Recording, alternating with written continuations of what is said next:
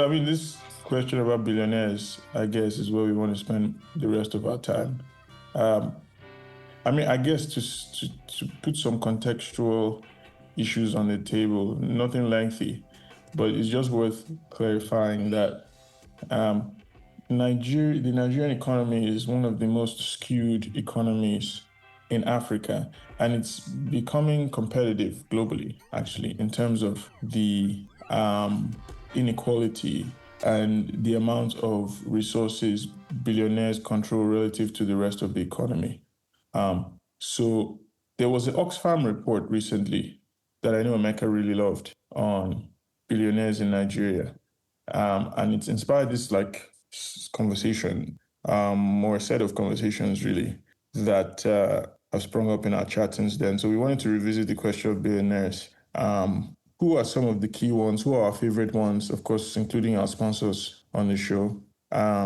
What is their origins, and what are their origins? Pardon my English. And why are they occupying the roles that they are occupying? Are people resisting them sufficiently, or are they here to stay? Or is there anything we can do to rebalance the scales a little bit? So to me, those seem like some of the key questions here. But I think one thing to mention is that the Oxfam report came out in 2025, if I'm not mistaken. I think the latest Oxfam report on billionaires in Nigeria. And they were saying that the combined wealth of 4 Nigerian billionaires, like $23.7 billion, is equivalent to half of Africa's total wealth combined, and could theoretically shower the whole of Lagos City in 500 naira notes. You know, those kinds of images are always a bit fun, right? Yeah. Another fun stat is that while Nigeria battles a severe cost of living crisis, billionaire wealth, African billionaire wealth, including Nigeria's elite, grew by 36.5% in a single year. I guess that's the 2025.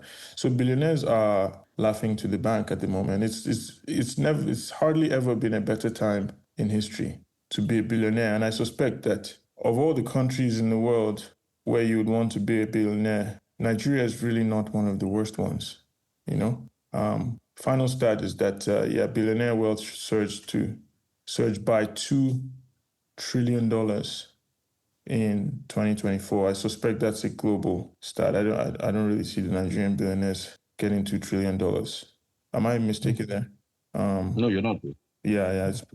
I think we're still on the Nigerian billionaires is still something like, we're talking in billions, or combined, maybe hundreds of billions. Because Dangote max is what, 35, if you're talking about Nigeria. Billion, right? Yeah, $35 billion. Yeah. So he's even pushing, so he has a vision by 2021 or 2021 thing. So, the Dangote group, him with the hit maybe, whether not Dangote, when there's no difference. Right. With the hit 100 billion, Yeah. Yeah. I guess the most striking stat, and then I'll stop with the stats and have you guys respond. I think that one of the most striking stats to me is that the combined wealth of Nigeria's 5 richest men could end extreme poverty at a national level today, technically. I mean, I want to say that again. The combined wealth of Nigeria's 5 richest men, which is 29.9 billion, would immediately end extreme poverty in Nigeria. 29.5 billion? Yeah. Okay. Yeah. I thought it was more. You mean their combined wealth? It is extreme poverty. You go, I mean their combined wealth, yes. Yeah. I would have thought that was more. Yeah. But I mean, depending on when the reports, So you're right. So no, this is old, actually. You're right. So that figure is 2024. Okay, yeah. So, I mean, and there's reason to understand that there was some huge surge of earnings. Especially in Nigeria, yeah. Yeah, in Nigeria, in the last couple of years in particular, with the establishment of refinery being one of the drivers. So, I mean, what do we think? I mean, firstly, no. Yeah, right. And then the price of things, surging. So I guess there are a few different ways to tackle the question. maybe let's start with the fun, quote unquote, discussion. I mean, I think I probably know the answer for Emeka, but not sure for OAG. Who is your favorite Nigerian billionaire? Why? Favorite Nigerian billionaire. I don't know. I think when I say favorite, not like you like them or anything like that, but Dangote seems to be more in your face with his stuff, you know. So he's the one that comes across as the most popular one. Yeah. You know, and in terms of like being visual, you're someone that you can see all the time in the news. He's more like that, you know, not like the lifestyle ones, you know, like Femi and co. You know, you consider Femi Otedola to be a lifestyle? Nah, more like lifestyle guy. Just you know, just You can't live you know, guys like that with It's possible. I mean, we're going to say a few things in this show that could get us pursued, and it's possible that that's the one. What you just said. No, nah, yeah, I've not said anything out of the scope, you know. So it's just like the other guys are more like lifestyle guys, but Dangote seems much more in your face with it. Yeah. Different industries. Not like those other guys are not in their industries, but Dangote is the one you keep hearing about. So yeah, that's the guy. Mind you, the current stat is 46 billion, to Emeka's point. Of those 4 billionaires, the top guy, 46 this year. So Omega, are you on board with that? Is Dangote also your top guy in the billionaire league, the billionaire rankings? And then we can explain, you know, like OAG is saying, you know, he's the guy right now. So that's OAG's rationale. So who's your top billionaire and why? Well, I mean, if I hold on to that thread that OAG has started with, it wouldn't be, you know, Dangote, because Dangote annoys me. I mean, there was, but you know, now that while OAG was saying that, you know, I kind of flash back to, you know, many years ago when you know, Dangote really began to make waves, and why people, you know, because he's like the favorite Nigerian billionaire for many young aspiring billionaires. You know. And I recall that, you know, I think it was this practiced nature of not hogging onto the limelight and trying to live like a modest, you know, amidst that stupendous kind of wealth that really endeared him to many people. Yeah. But I think that in more recent times, the person who, you know, has assumed that role even more effectively, you know, in terms of whether he's endearing, you know, is Abdulsamad of Bua. Yeah. You know, I don't know whether I'm getting his name because I never managed to get that guy's name. That's to tell you how not in your face. Yeah. Even the other day I was talking about him. I had to Google. So that I can even, if I'm right, then I can remember it because I had to Google his name you know, like a week ago. So I think that's, you know, in terms of, you know, whether I can tolerate any of them. So any of them will be down good. He's the second richest guy. Right? He's now the second richest guy in Africa. So he's so he's upstaged all the South Africans that were, you know, between him and Dangote. Yeah, so he's now the second richest guy in Africa, largely due to his Bua foods. So I think what brought in the most money for him was Bua foods. Yeah. And then, you know, a bit of Bua cement, because I think that Bua cement is number 3 in the market. I'm not sure between Bua and Lafarge which one is number 1, number 2 or 3. Right. But yeah, so that's just to keep the answer short. You know, I kind of you know sometimes wonder about how he manages to make that kind of money and the way he moves. You know, Dangote has increasingly gotten involved in politics, especially the kind of politics that affects my own pocket. So, you know, so him, Dangote, I really have no regard for Dangote, Tunelu, and Red Sox man. and Red Sox man. Red The only Sox. other guy too who fits into the Boa mode somewhat, but has his own idiosyncrasies is his name Wale Adenuga. What's his name? Mike. Say Wale Mike. Adenuga. Yeah. We are nothing more than pencils in the hand of the creator. That's that guy. Okay, that's the TV guy. I mean, that's one of the TV guy. That's Okay. Wale Adenuga, yeah. But Adenuga had his own time too in the social scene. Shit. You mean Mike?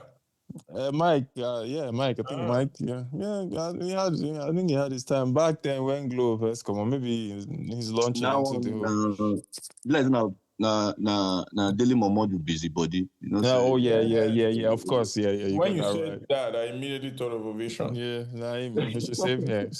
That was the source of my yeah. So that one they follow them up.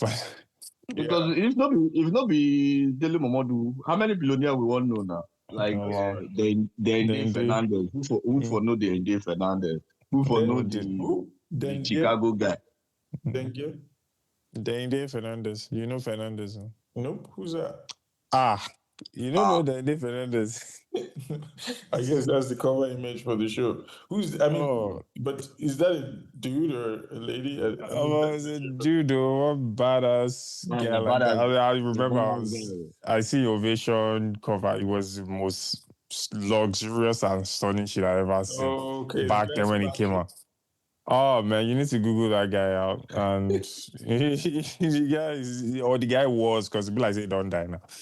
The guy gave nasty money. I don't even know. Maybe another one will be Chicago, one Yoruba one. I don't forget that one. So they say will be the Bobo of Chicago that year. So then it was billionaires never done the buy. This one don't buy yet since like that time. All this one way they wanted to just they buy. They just so maybe then are the poster boy for Flamboyant. Was the shit. But quiet Flamboyant. So that means he was one of the ones who set the tone, like in terms of what people aspire to. Like in terms of I would say that generation of billionaires. Yes, now I'll say that, man. I'll say that. We were in university then. Now university, most of us there at that time. I'll say that though. That ovation, now one full ovation. As in, God, I just look say, is it even normal to have this kind of wealth? Like, it just did so obscene. Yeah. Come man, fine woman. Royalty. Aduke lady like that. Yeah. I guess Portuguese, like Afro-Brazilian kind of. Those kind of things. Come marry, and I they dine with the Sultan of Brunei. Okay. They get out for Belgium. I think they still more of like all these Belgium. But this guy is like a classic Nigerian scam guy. I mean, even if I'm not going to assume that his money was tainted, but actually, of course, who has billions that is not tainted, right? But I mean, dining with the Sultan, acquiring royal titles. The guy like special UN rapporteur for other countries. Like you come from Nigeria, you be special for other countries, not even one. Precisely our kind of guy. Sounds like a baron. Man, guy, diamond mine type of shit. I don't know why I don't remember the one with the baron with the Chicago. Now Yoruba chap. I don't forget that one. Okay, that one is the baron. That one, in own quotes, they did legendary that year. Yeah. Oh God. Right. Okay. Yeah. So I mean, they have been guys before now. I mean, the folks now, they loom large, and in fact, it might be fair because it looks like they're crossing some barriers in pure numerical terms that the previous guys didn't cross. I mean, I've just Googled Dende Fernandez and looked like he was in the kind of 8 billion range. Although in his defense, 8 billion. 8 billion of then is much stronger. I mean, he might be competitive now, come to think about it. Because the Forbes report on Abdulsamad Rabiu is placing him somewhere between 7.6 and 11 billion. Jeez, yeah. Yeah. So it looks like he just kind of took a jump The funny thing is, like, the little I know about him is that it seemed like people were sort of speculating that he was more of a Tinubu guy. You remember when he had his whole Bua Dangote beef?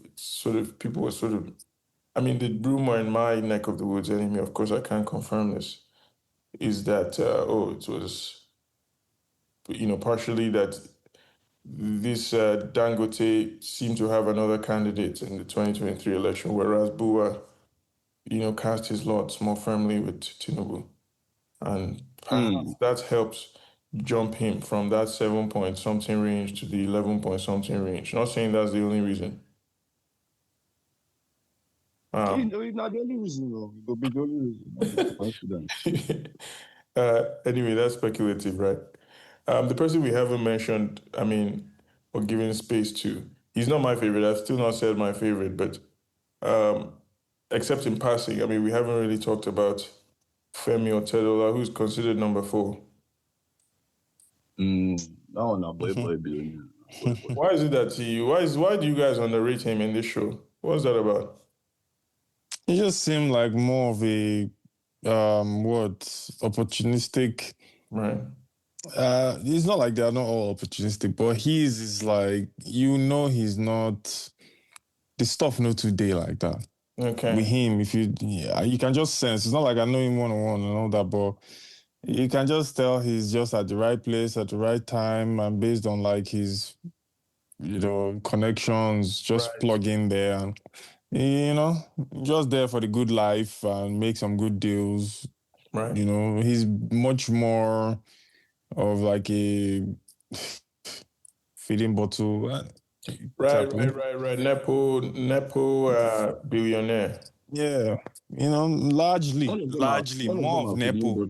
All of them, they Nepo, but this one just even be like Dende Fernandez, was he also Nepo billionaire? Nobody know that one. Then this, I just know, say the guy get very not mystic, but his lifestyle and how he came about his money, they sort of shrouded in right.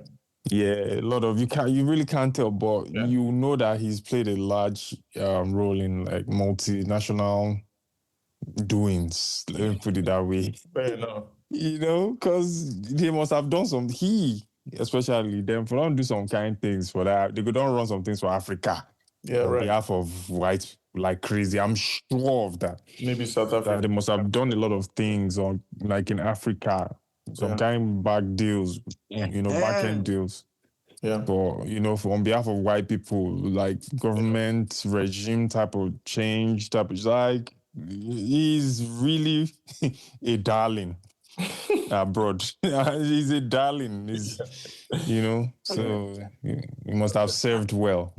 Okay, whereas one of them was quoted. Now, that's the one I've been trying to recall his name. I still can't remember his name, but I now remember the quote, And that quote that year when we did uni, where the income out for ovation, that I played the big boys game and I won as a black man. So if you're talking about drugs, they back some of these guys, they are bar up, or Naim put them on the trajectory for billionaire status. You might not, because that quote was open to many interpretations, and the only use I found for it was this one don't do, because I think it was in the Chicago Axis. It's just I can't remember this thing. Yeah, and I'm sure I doubt that he's alive, that he's alive now. Yeah. But before you jump inside, there's another one that we miss out, so that we go there, because we don't mention outside Yoruba. Maybe we do the full Azobia. Let's be holistic. What's his name? The one we go Babangida launch where they tell everybody, say Ato is now. Yeah. Yeah. And so I like that one. So Ato is plays at like what kind of level now? In terms of the dollars and billions. Yeah. I'm not sure say Ato is a billionaire in dollars. Oh no. No, hang on. Pulse as of 2025. Okay, but That's Nigerian. It's possible that he sponsored that story. But what net worth estimated as 5.8 billion. Dollars. Yeah, as of 2025 Pulse Nigerian News. But again, look, it's not Forbes or something, right? No, but it could be. It could be because Yeah. I mean, but I don't know about 5.8. Yeah. You know, maybe 1 billion, maybe 2 billion. Because even the Lumelu with the talk, if you be billionaire in dollars, now that's it, 1 billion. Yeah. That's initial entry. He just Initial entered. entry. Bottom floor. He just entered. Bottom floor, yeah. Because after this, they get big interest in upstream oil sector in Sao Tome and Principe. Okay. In fact, he's even selling off. You know, I think he recently sold off one of his oil wells. Yeah. So, but I mean, he made his money from hardware sales to the Nigerian military during the military era. Military boy, the Jews is, according to him at the time during Babangida's regime, and so as somebody who played in Babangida Abacha regime. So I mean, there's no way you discuss these guys and not, talk about how the state. Then, I mean, now that you're talking a bit about the Abacha regime, you're coming close to giving me the segue to declare my own favorite billionaire. But I've just been reminded before I do that of a quote from one show on HBO. I can't remember what show. It wasn't Succession, which of course is about billionaires. It was another show about tech moguls. But one of the guys was talking about how having $1 billion makes you a poor billionaire. Jesus. Because any minute, man, you're back in the M's. Exactly. You slip down. You're back in the millions. Slip down backwards out of the B club. Back into the M club. But I mean, yeah, we're talking about the people whose wealth has been declared. Okay. Which I think, of course, is the group that's more in the public eye. But how about the more subterranean group? I think that's where I find my own favorites. I mean, of course, the problem with it is that it lives more in the realm of innuendo and rumor. But the one person who has largely been in that realm of innuendo and rumor, but seems to have surfaced recently, is none other than our dear friend and sponsor of the show, Gilbert Chagoury. Yes, of course. Since we're trying to be totally inclusive here, Wazobia, we have to, of course, include the Lebanese, who are one of the major ethnic groups in Nigeria. Yeah, I think not that. I mean, in cash terms, we're not talking about a minority group. Oh, all right. I see you. Yeah, no, yeah, sure. In numerical terms, sure, they're one of the minorities, Nigerian minorities. But I mean, if you think of Chagoury's earnings alone, from a single deal with the Tinubu administration, and I'm talking about the $11 billion Lagos-Calabar Coastal Highway, then I don't think he's somebody who we should just cast aside in the conversation. Also considering the fact that this is not the first day he's been with multiple administrations and like from military era. Yeah. Yeah, so just one deal is 11 billion, which is more than what some people currently have now. So he's, like you said, rightly low key. Yeah. The main guys. Yeah, and I mean, I remember the last time we might have mentioned him on the show was, or at least maybe in our discussion, was when Femi Otedola was congratulating him on receiving some national award. And was GCON or something. Yeah, referring to him as his mentor. So, I mean, if your mentee is top 4 billionaires, even if we don't know exactly the amount, let's just say that it's not a small amount, okay? So I think we should be taking Chagoury more seriously in general and on the show. Do we want to zoom in on any one of these people? Of course, I have my pick, but we've already spent a little bit of time talking about Antonio Fernandez, Dende Fernandez, which I find a very interesting character. But who is the next up that we can explore briefly before we conclude? My vote is Chagoury. No, that it will be Chagoury. I mean, he's unique in that he's I think he's originally Lebanese, isn't he? Yeah. Lebanon, Yeah. Nigerian. And that, so that's, I think it makes for a more, I mean, given that dual nationality thing and the role of Lebanese business, of businesses in Nigeria, and why he would have been the ideal person to become, quote unquote, Abacha's bagman. Right. So it allows us to tie in quite a couple of things, the military era. And how, because most of these guys, came into money during that period. What they've just done is double or triple it, in the time in between them. So yeah, I'd also vote for zooming into that unique character. I mean, let's do just that. I mean, unless OEG disagrees. No. One other interesting angle to what Emeka has just said is how then the transfer happened from the military guy down to the democratic, keeping those contacts, and also someone like Tinubu, not be the same Abacha won't kill them. No. I mean, let's not get ahead of ourselves. I think that is the key question. But I think that there's a very interesting link that cut to the very heart of this Fourth Republic. That lies at the center of the question you've just posed. But let's take that's the guy. Yeah, that's the guy. He's the guy. I think he has to be the guy. I mean, let's take it sequentially. Okay, this is a guy who was born in Nigeria, as a matter of fact. He's Lebanese by heritage, but technically Nigerian born. Gilbert Chagoury. He get a Nigerian name. He get any Nigerian. Don't give him Olawale or anything. They're supposed, man. Although I'm sure he will have several chieftaincies at this point, unless he rejected them. He will have. So he originally comes from North Lebanon, or his family does, a place called Miziara.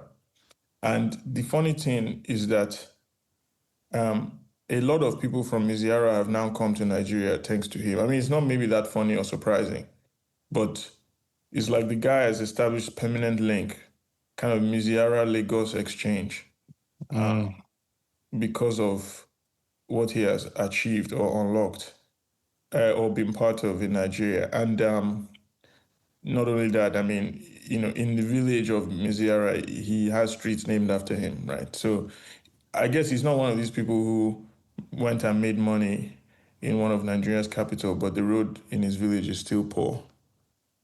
It seems like at the very least he's been able to channel some of that wealth, maybe partially because he wasn't born there, so he still feels some kind of it still tugs on his heartstrings. Of course, I've not had this conversation with him yet. Soon enough. So, I mean, just to run through some of the other facts, he spent some time in Lebanon, as a kid. He was born to Lebanese parents who lived in Nigeria. I don't know what they were doing. Some of the commentators after the show will probably tell us. And then, spent some time in Lebanon as a young person, returned to Nigeria in the 70s and founded the Chagoury Group with his brother, Ronald. They studied in the US, where it seems they also made some very interesting connections. And has invested in some perhaps familiar major projects in Nigeria, including Tinkan Island Grains, Echo Hotels, Nigerian Eagle Flour Mills, something that he probably got in the privatization process. And of course, Echo Atlantic City. In fact, Chagoury Group is the key player, is the key private sector player in the emergence of Eco-Atlantic City, I think, which a lot of listeners will know, but some might not.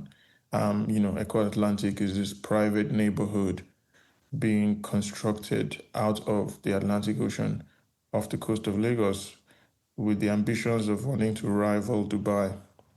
So those are some of the basic stats. I guess some of the fun stuff that people may or may not know as well is that, as OAG and Emeka were alluding to, Chagoury in some ways ended up becoming a key link man for Abacha. In fact, it seems like he was one of the guys moving money for the Abacha regime. Do you folks know a lot about that situation, a little more than it might appear on the surface? Is there any other any elaboration we can make on his relationship to Abacha? What have you guys heard about that? And what I feel at that point was they will have needed a sort of legal way or special purpose vehicle to move money, so out of the man in charge, that's Abacha, trying to be sophisticated, and of course, let's not forget, they tend to look eastwards too, like people like Abacha, so if you just have someone you can trust, have a business deal, like, oh, let's just have a front and move money. It could have been any other person from, these countries that was there at that time. It might not have been Chagoury or, it might not have been Chagoury, it might have been anybody. But if you had the capacity to do those things, like, I'm going to do this, let me just do this. Okay, fine. I can facilitate the flight of capital, just be the face of it, make sure you funnel it or channel it through this way, we can make it happen. So I think he might have been lucky to be in close ambit to Abacha at that point in time, and he happened to benefit almost everlastingly from that link, because it's not like they're doing anything special. You just happen to be at the right place at the right time, and just say, anything you want to do, I can do. Okay, you can set up this company, let's move this. He most likely must have started from that into then when the capital starts flowing, you can consolidate on that, build stuff, and create a permanent link whereby, okay, they see that you're doing this, and then with the interest of the person that's facilitating that money coming in fully secured too, so you just have that constant military patronage, direct access, and state backing in the most brutal fashion, to ensure that you're doing what you have to do, no questions, money gotten by decree, and everything, flows. So I don't think he's like any stellar. There's nothing stellar, anything like that. But when you have the backing of the state and money behind, a lot of money behind you, the might of the state, then, and guns, a lot of guns, right? That's it. I don't attribute anything special like that. So it seems, actually, in the specifics, that the journalistic accounts of his career seem to suggest that he kind of met Abacha by chance, or maybe he sought out these young military guys, but he met them even before they came to power and was already fraternizing with them. So it appeared also to just add to that, anybody that studies or that has a little bit of understanding of the nature and psychology of the new entrants into power and politics in Nigeria or even other African countries, the guys are in power, you see that they are impressionable and that they want to, assert their power, go in the quick purchase, quick pursuit of wealth. So if you can offer them a little bit of shiny thing or just paint a little bit of idea that you can sell to them, they're going to buy into it, and then boom, you're making billions out of playing on their ego and emotions. So a lot of people, if you look, I can guarantee that if you look in other African countries, there are going to be guys like Chagoury that have replicated this type of, just get close to power, we'll help you move your diamonds, or just help you move your gold, whatever, and then I'll get my cut, you get yours, we'll open this shell company in, St. Nevis and Kitts, and, and your money will be flowing That's Go it. when some people might be listening to you. Yeah, well, that seems to be a model because anybody that comes in, imagine we have a new president and you're that president's friend, and they're like, okay, this is this oil block, we can move it, open this account, boom, you have money, and then you can start creating your own company, and before you know, give it 30 years, 40 years, yeah, investing in a new development in Eco, something, I don't know, maybe further down the Atlantic. So I Yeah. mean, yeah, to that point, right? The key moment when this came to the public limelight is when Abacha died, and apparently 2 years after that, the guy Chagoury agreed to pay a fine of $600,000 and Easy returned peasy. 66 million naira to the Nigerian government. That's the one he returned. So yeah, it's clear that it got to the level where he was charging some nice fees or at least holding on to pretty penny of public resource. That was like in 2000. Yeah, this is in the early 2000s. Apparently, Nuhu Rubadu, who's now in the current administration, had set his sights on Chagoury. And in fact, Chagoury was one of his kind of main targets when he was when he was the head of the Economic and Financial Crimes Commission. So of course it's not without irony that they now work for the same boss, Bola Ahmed Tinubu. Ahmed. This is interesting because it kind of chimes into how I began to think about it, only just now. Yeah. So, it's not like that, Chagoury has always been on my radar, but, it's a name that I've heard, over the last couple of years, or maybe maybe in the last decade. And not specifically, in any sense, but, the more you learn about his dealings and the kind of relationship that he had with, Abacha, it makes sense that, it's those kinds of relationship that led to, the study of, what in the literature is now called, the flow of illicit funds, illicit funds, capital flow of illicit funds, or illicit capital flow, something along those lines. Right. And it would help if we kind of gave a picture of, or painted a picture of what the kind of Nigeria that existed within the Abacha era. This is pre the EFCC, and this is pre Ribadu. Yeah. While the West had certain control mechanisms, this study of illicit capital flow often indicts the West, because they were at the receiving ends of, these kinds of monies. Yeah, he was moving this money to Switzerland. I think that's well known. Yeah. So and the truth of the matter is that he had the profile to move the money, and thus that's why probably Abacha then went with him, because he was the Lebanese, or Nigerian Lebanese, if you like, who had established businesses here, but had links back, of course, in Lebanon and, other places, maybe in the US and places where he had spent, some time, the place where he chooses to spend most time today, I hear, is, in France or in Paris. But yeah, perhaps unsurprisingly, and something we should come back to. Yeah. So, but what makes sense to me is that because he also had business interests in all of these places, and part of how neoliberalism was developing at that point was that you wouldn't get foreign direct investments if a country wouldn't guarantee that capital will flow up to its original source. So the way these things were modeled was, it was almost as though it didn't seem like it was an illegitimate transaction. It was that this guy was an investor in Nigeria. He had invested capital. He was making profits.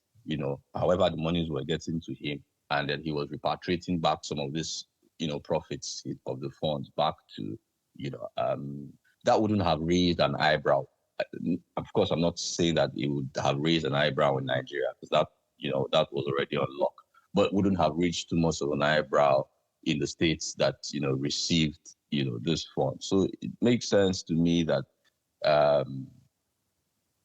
Lebanese, half Lebanese, Lebanese guy would be the one who was moving funds for an African dictator. And OAG is right, this is a model that is replicated all across the world, whether it's in Congo, whether it's in, maybe even South Africa. Yeah. These are the models, as they exist.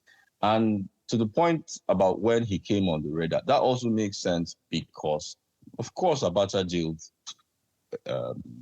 Obasanjo, and one of the things that Obasanjo did, in the lead up to, what do they call that? When they clear our debt. Debt relief, Jubilee campaign. Was that he had to set up things like the EFCC. And one of the cases that, would have been, a very low-hanging fruit for Rabiu at the time was, this one. And he would have gotten the full sanction from OBJ. So it makes sense that, in all of this, the timing of how these things happened, because Abacha came into power in 93, 94, right? 93, 94, yeah. 93, 94, and then died at 98. So we're talking about, a 4-year period max. Yeah, 4 years. Where they moved enough money for Abacha's widow to confess later or quip later that,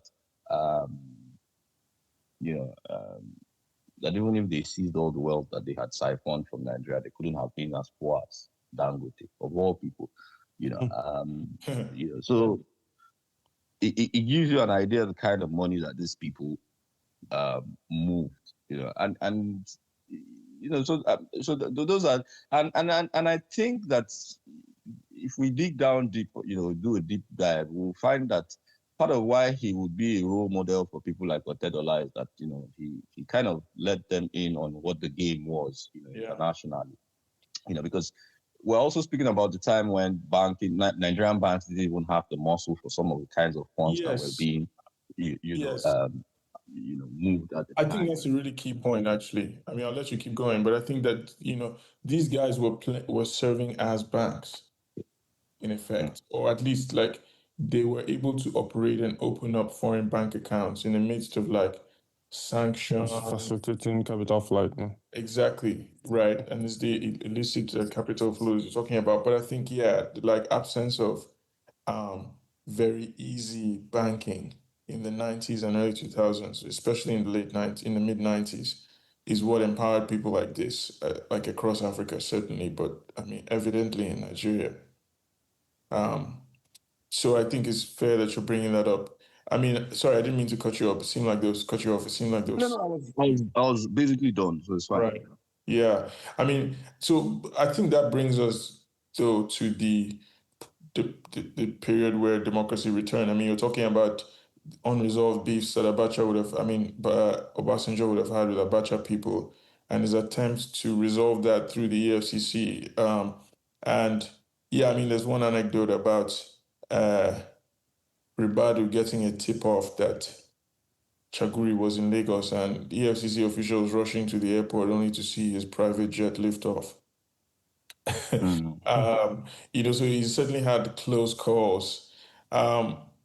But that was then. I mean, because right now, again, as I joked, he and Rabiu were both working for or with the same government. You could even argue that maybe Rabiu is now working for him because he's one of the big beneficiaries of the Tinubu administration. So OAG was starting to allude to how we got there.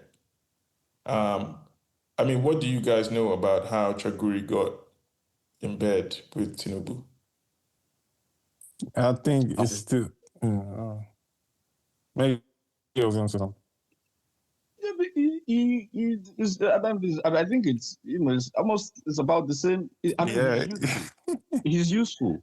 So let's not forget that Tinubu's relationship with Chagoury would have dated back to 1999 at the very least. Right, Lagos governor, big Lagos money. Yeah, and I'm willing to put top dollar on the fact that Tinubu would have been the one that sorted him out.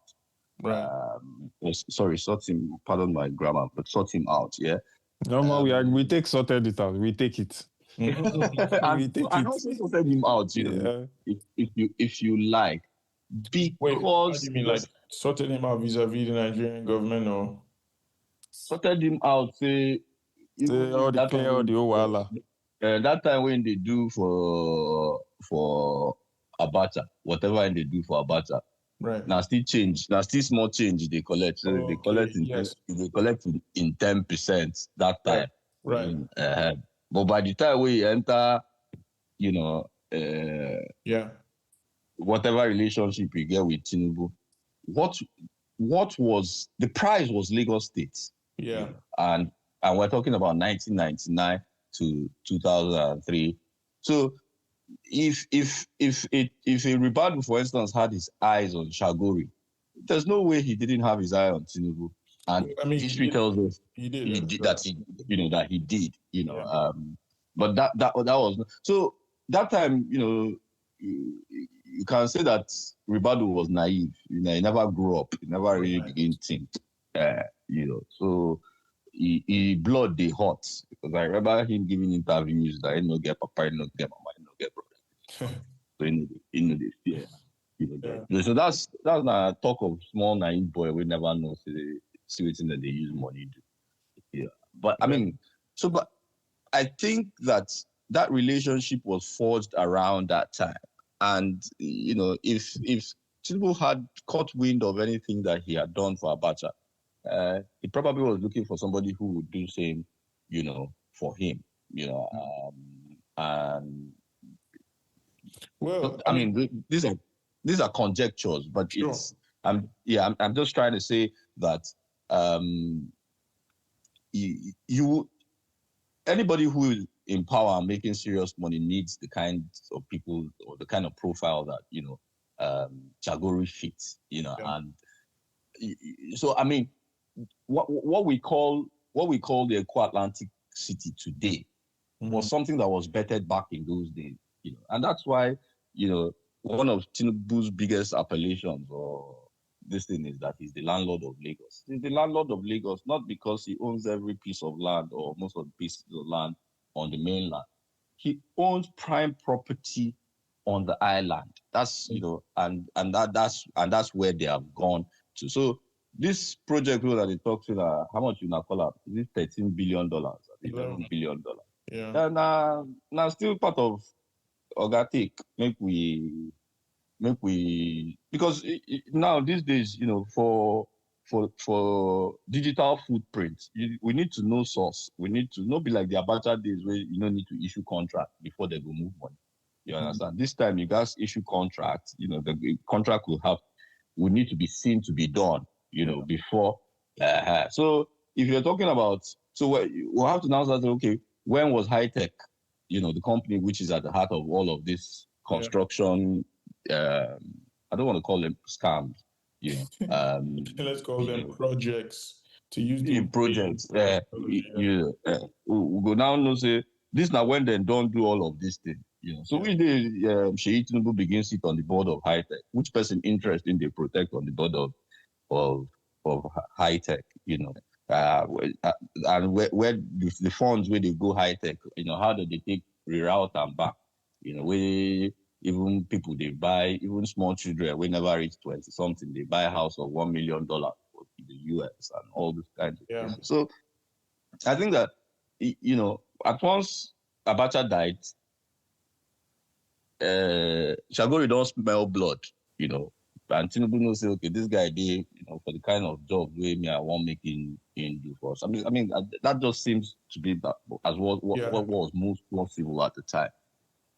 You're not far off from what has been reported in terms of how their liaison commenced. And it appears though, I mean, the only maybe tweak would be that it seems like it's Chagoury that actually sought out Tinubu as a governor. I mean, perhaps because he saw the promise in this young-ish Lagos State governor, and understood that this recent entrant from the Chicago uh, scene could be his kind of guy. I mean, as Emeka is alluding to.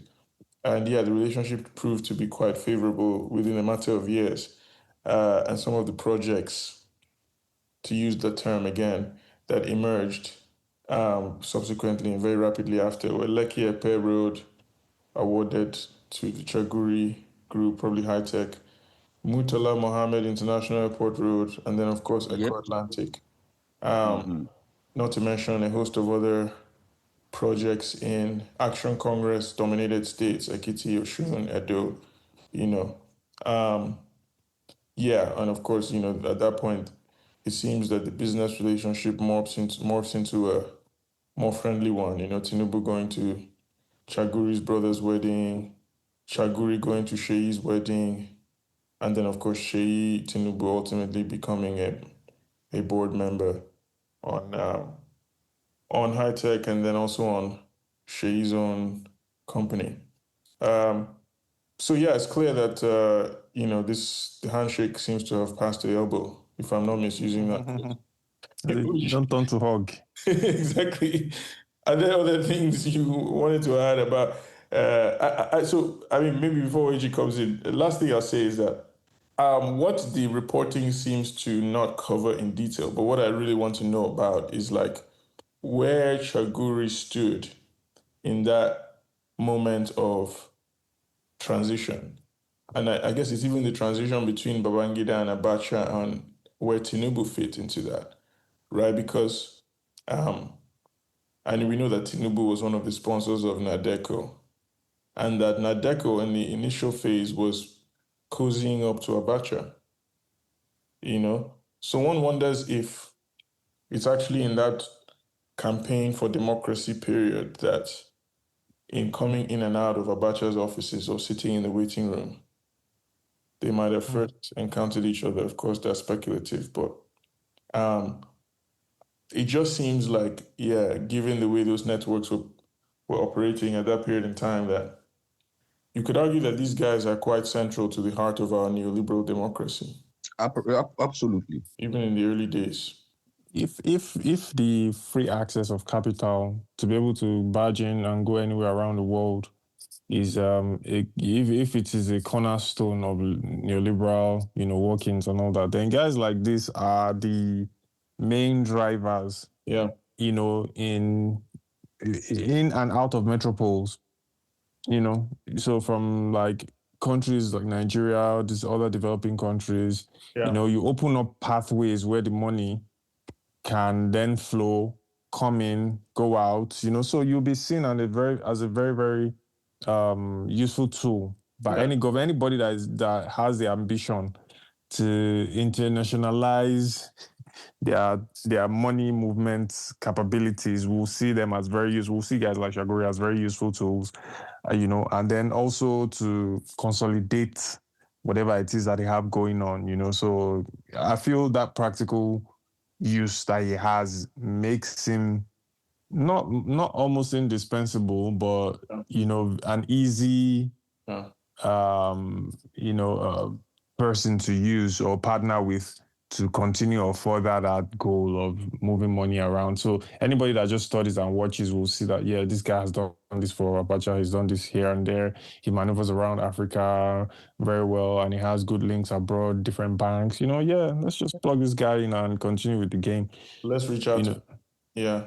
Yeah, so that's probably what, would have been a major point as to where Tinubu would just continue, because the connections that he has would make things run smoother than building stuff from the ground up. Like imagine getting a fresh person, then like clearing the road for a new Switzerland plug. Let me use the word, or a new plug in Monaco, or new plug in all these tax havens, but already a guy that just plug him in, let's continue. The direction has changed. Of course, the terms and negotiation model will change with the times, but he's still the guy that can move your money within 1 second from Nigeria to Switzerland or Monaco, so yeah. He's a guy who has shown workings. Yeah. Chagoury is also useful because he also has made, really important or useful political connections in the West. So that's France. That's where I was hoping we'd go and perhaps conclude. And not only France and Europe, America, but also the US.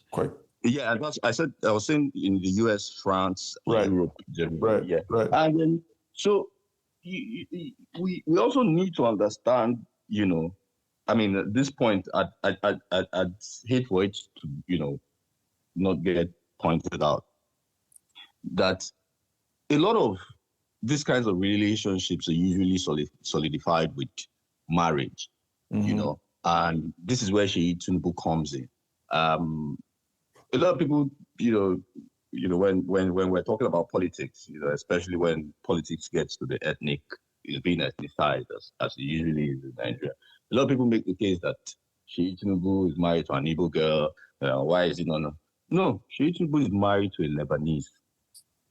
She might have Igbo roots, but who Sheyi Tinubu is married to, and I wouldn't be surprised, like, if you really do a deep dive, that you wouldn't find a connection between Sheyi Tinubu's wife and even the Chagourys, because that's how these things are cemented. We know about these kinds of political marriages in Nigeria, but they're also business kinds of marriage arrangements where, okay, for us to ensure, this business pathway we get, we make our children consummate them in marriage, so that it go hard for anything to break up, because so it can stay in the family, literally. You can basically stay in the family. So I say, okay, if he spoil, when if divorce come, we stand to lose a lot, So I thought to just point that out, aside this. So he's made himself, if you like, indispensable. No, I mean, we keep saying that, and it's perhaps not accidental. I'm going to say, I said I'll be dropping some more fun facts. I'm going to say a few more businesses or contracts, projects that he's been a part of. It might interest you to know he built the state security headquarters in Abuja, the Nigerian Defense Academy, the National Assembly Complex in Abuja. I mean, so... You're joking. No, I mean, when you talk about, when you talk about indispensability or centrality, I mean, these are relatively important institutional structures in Nigeria. Some other fun facts, I mean, since you raised the politics question, this is what reporting from Wole Soyinka Center for International Journalism reported that Chagoury wooed and ensnared President Yar'Adua and Goodluck Jonathan and almost made it out of hibernation under Jonathan, but ran into troubled waters by funding Jonathan's re-election campaign in 2014 against the winner, President Muhammadu Buhari. So he returned to hibernation for backing the wrong horse in the Buhari period, but of course staged a comeback from a Paris base of attack when he, of course, very publicly threw his weight behind Tinubu, the ultimate victor. So for 8 years, he was out of circulation in Nigeria. Exactly. So during the Buhari period, which explains why we must do Lagos Calabar Express Road. Now, just to re-up. Yes, so. Yeah. Exactly. Seems like a debt that must be repaid. And then... That's like 8 years of chopping and give her once like this. He has to. Yeah, it's needed. And then on the international front, he's not been without recognitions and accolades on the international front. So, I mean, for one, he's St. Lucia's ambassador to UNESCO and the Vatican. Or he was till 2017. 2017. St. Lucia, of course, is a well-known tax haven. And I mean, this is the And point. don't forget that Yeah. Tinubu made a very big deal of is it the Nigerian Caribbean? Yeah, that thing. Yeah, they went to the Caribbean. Of course. Yep. So I think he was in the thick of all of that. If care is not taken, I think it was after that he was given the GCA. Right. Yeah. It must have been. I think one of the central moments, though, or links that makes Chagoury's life and story so fascinating is his link with the Clinton campaign. I mean, the Clinton Foundation. Are you guys aware of this one? That turns out Chagoury is one of the biggest donors to the Clinton Foundation. Of course, Bill Clinton, you recall, was the U.S. president who visited Nigeria and came to cut the ribbon in the opening of Eco Atlantic. Nah. Oh, really? Yes. That was Fashola period, Jonathan presidency. And also, I remember came to Nigeria during the Abacha time, the Abacha regime, if I'm not mistaken. Yeah, right. No, it wasn't. Wait, you're saying Clinton had visited? Yes, I think so. Okay, yeah, it might not have been his first visit. Yeah, I think so. But he seemed to be much more comfortable in Eco Atlantic and that Chagoury. Wow. Don't be yacht. Don't be for yacht that go on camp. So yeah, I mean, his influence has extended beyond Africa, and I think it also suggests that the folks we consider the African elite are a quite diverse group.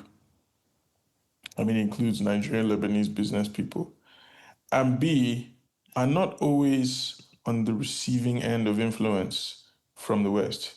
I mean, in the case of this guy, it looks like he is influencing the West or is influential in Western dynamics as well, Western politics. And, because if you're a big donor to the Clintons, the future U.S. embassy is being established in Eco Atlantic, which you control. And your own luxury palace is within walking distance of the French president's presidential villa, which it is.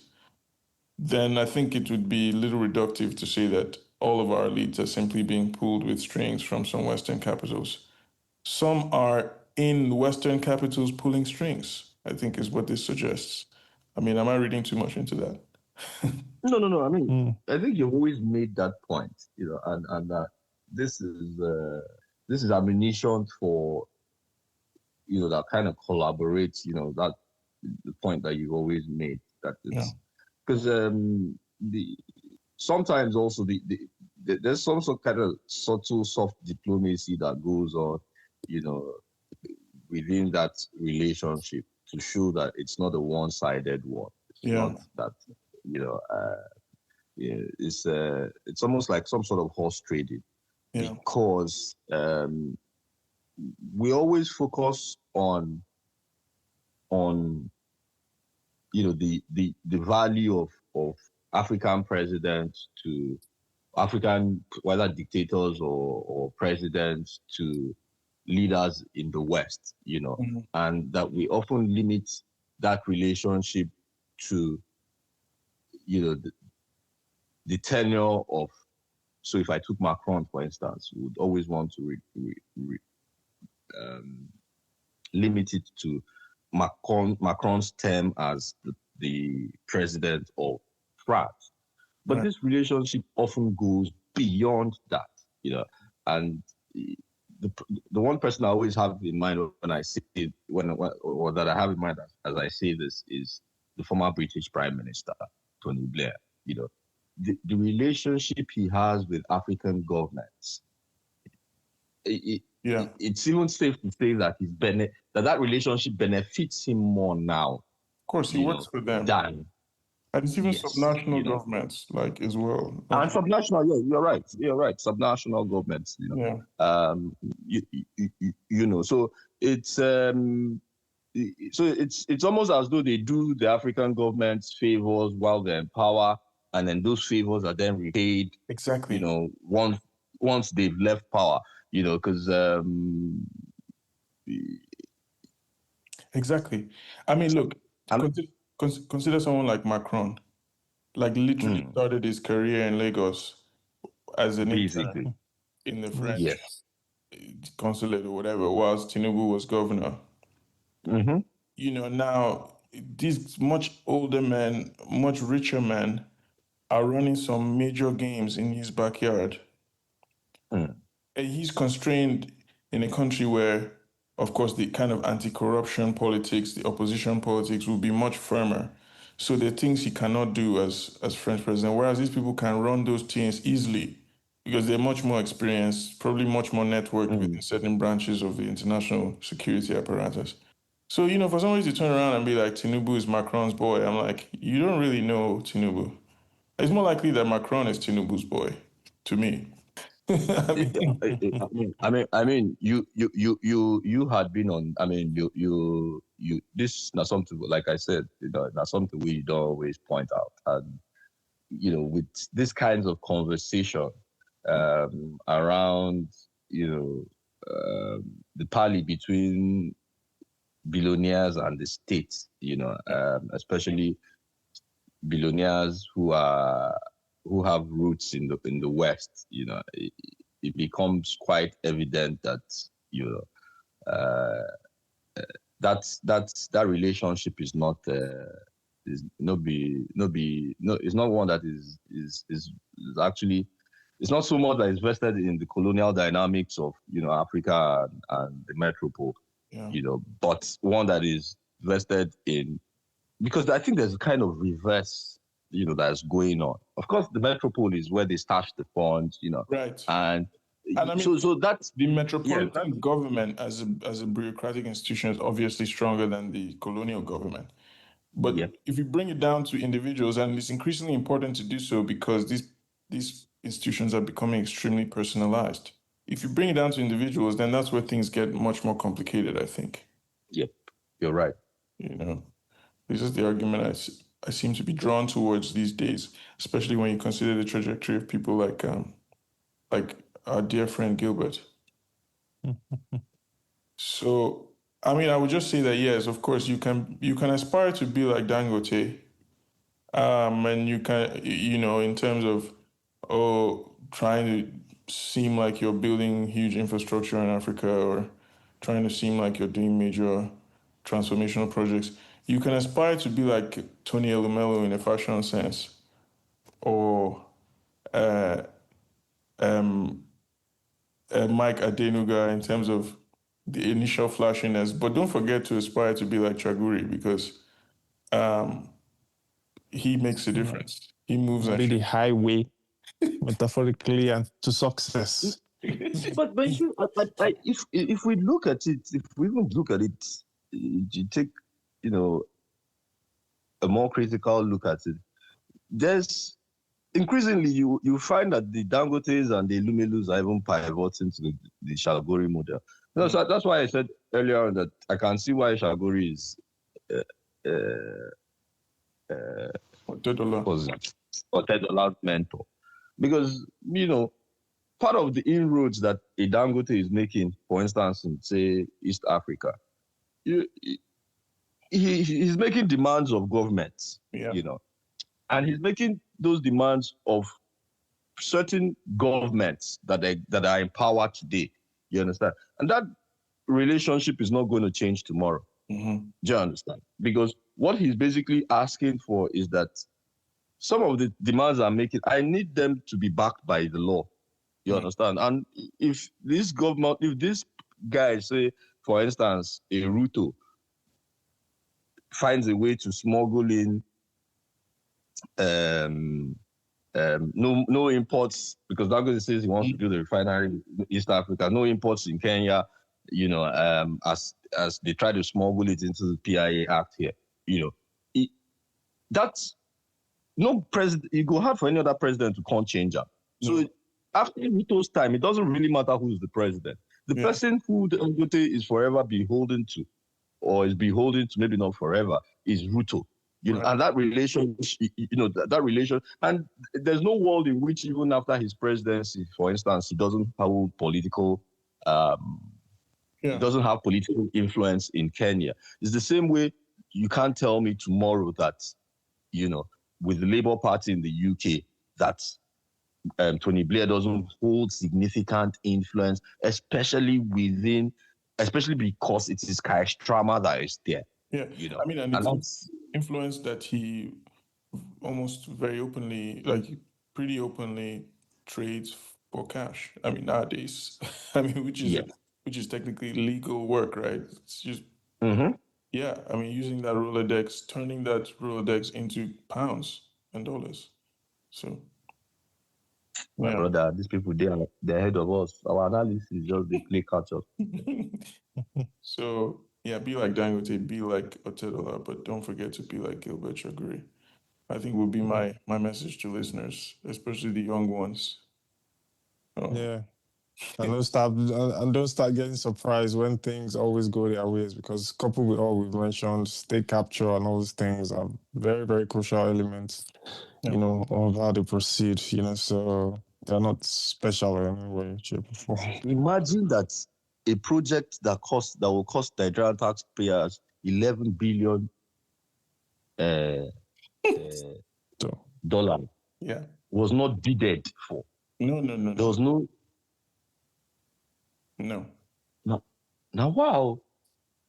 Well, not so they don't know who they're going to give.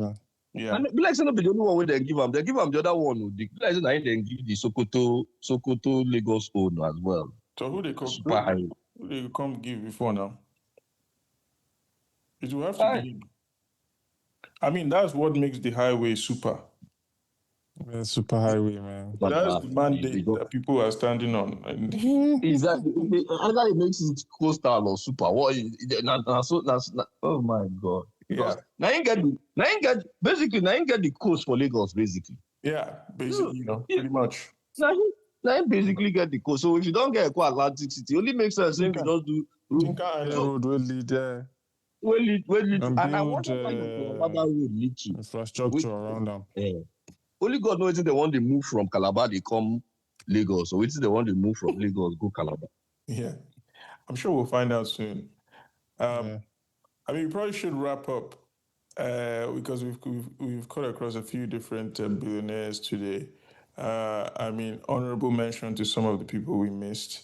If you feel like you have earned the right to be on the list, we didn't cover you today.